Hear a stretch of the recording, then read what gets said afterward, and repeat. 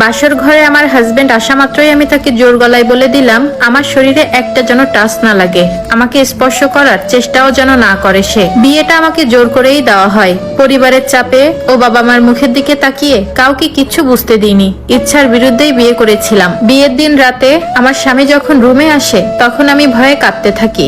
এই দৃশ্য দেখে সে ভাবছিল হয়তোবা আমি আমার পরিবারের জন্য কাঁদছি। তখন সে সান্ত্বনা দেয় আমাকে। বিয়ের আগে আমি আমার স্বামীকে কখনো দেখিনি, সামনাসামনি কথা হয়নি, এমনকি ছবিটা পর্যন্ত দেখিনি। বিয়ের দিন রাতে আমি দেখলাম তাকে, সে অনেক মোটা কালো। এটা দেখে আমার আরো মন ভেঙে যায়। আমার স্বামীকে প্রথমবার দেখার পর আমার গা গিরগির করতেছিল।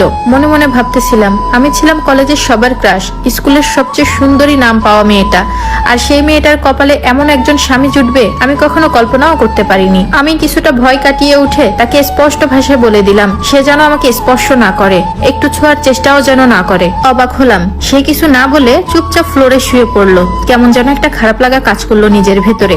রাত প্রায় 3টা বাজে, তখন ঘুম আসছিল না। হঠাৎ শুনতে পাই হালকা কান্না করার শব্দ। বুঝতে আর বাকি রইল না সে কাঁদছে। তখন প্রচন্ড মেজাজ খারাপ হচ্ছিল। পুরুষ হয়ে আবার ন্যাকা কান্না, কাঁদবে কেন?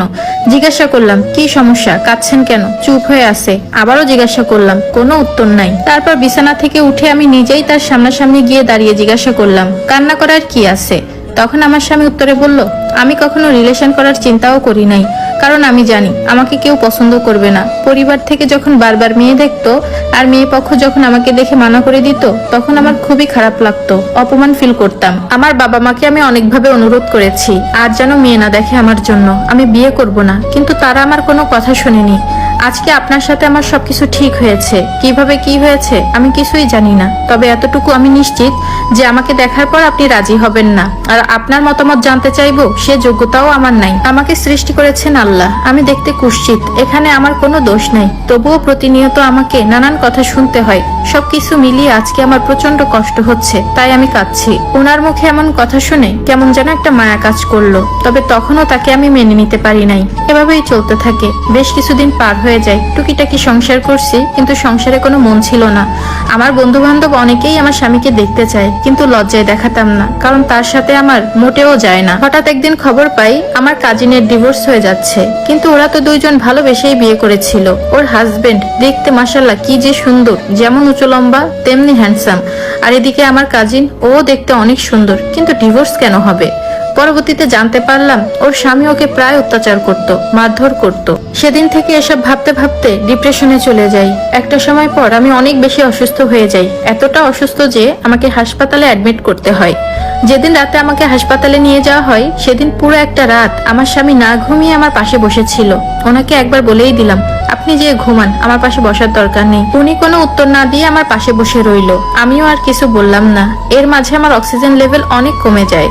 প্রায় 12 ঘন্টা মৃত্যুর সাথে ফাইট করি। এরপর যখন কিছুটা স্বাভাবিক হই তখন চোখ খুলে দেখি চোখের সামনে সবাইকে পাশে পেয়ে কিছুটা স্বাভাবিক হতে থাকলাম। কিন্তু খেয়াল করলাম আমার স্বামী বাচ্চাদের মতো কাঁদছে। সেই বাসর ঘরে যেভাবে ঠিক কেঁদেছিল। সেদিন প্রথমবারের মতো সে আমাকে স্পর্শ করে, কারণ আমি নিজেই তাকে কাছে আসতে বলি এবং সে বসে থেকেই আমাকে জড়িয়ে ধরে।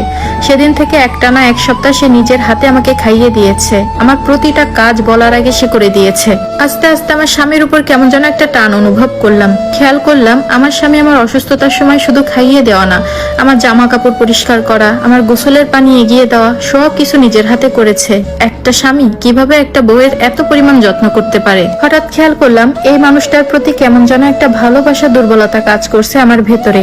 আগে যাকে দেখে ঘৃণা লাগতো, এখন তাকে দেখেই পৃথিবীর সবচেয়ে সুদর্শন পুরুষ লাগে আমার কাছে। সেদিন রাতে আমার হাজবেন্ড যখন আমাকে খাইয়ে দিচ্ছিল তখন তার হাত থেকে প্লেটটা নিয়ে আমি নিজেই খাওয়া শুরু করি। তখন দেখলাম সে কিছুটা মন খারাপ করে নিজেই চলে যাচ্ছে। আমি মুচকি হেসে দিয়ে তাকে ডাকলাম আর বললাম এদিকে আসেন। এরপর আমি তাকে খাইয়ে দিলাম। সেদিন এসে আবার কান্না করে দিয়েছে। মানে এই মানুষটা যে এত পরিমাণ কাঁদে, শুধু কাঁদতেই থাকে। এরপর তাকে আমি চোখ রাঙিয়ে বললাম আজকের পর থেকে যদি কোনোদিন আর কাঁদতে দেখি একদম ছেড়ে চলে যাব। দেখতে দেখতে আমার সংসার জীবনের 1 বছর পার হলো। এই 1 বছরে আমি আমার স্বামীকে কখনো দেখিনি সে আমাকে কোনো বাজে কথা বলেছে, ধমক দিয়েছে। সব সময় আমাকে ভালোবেসে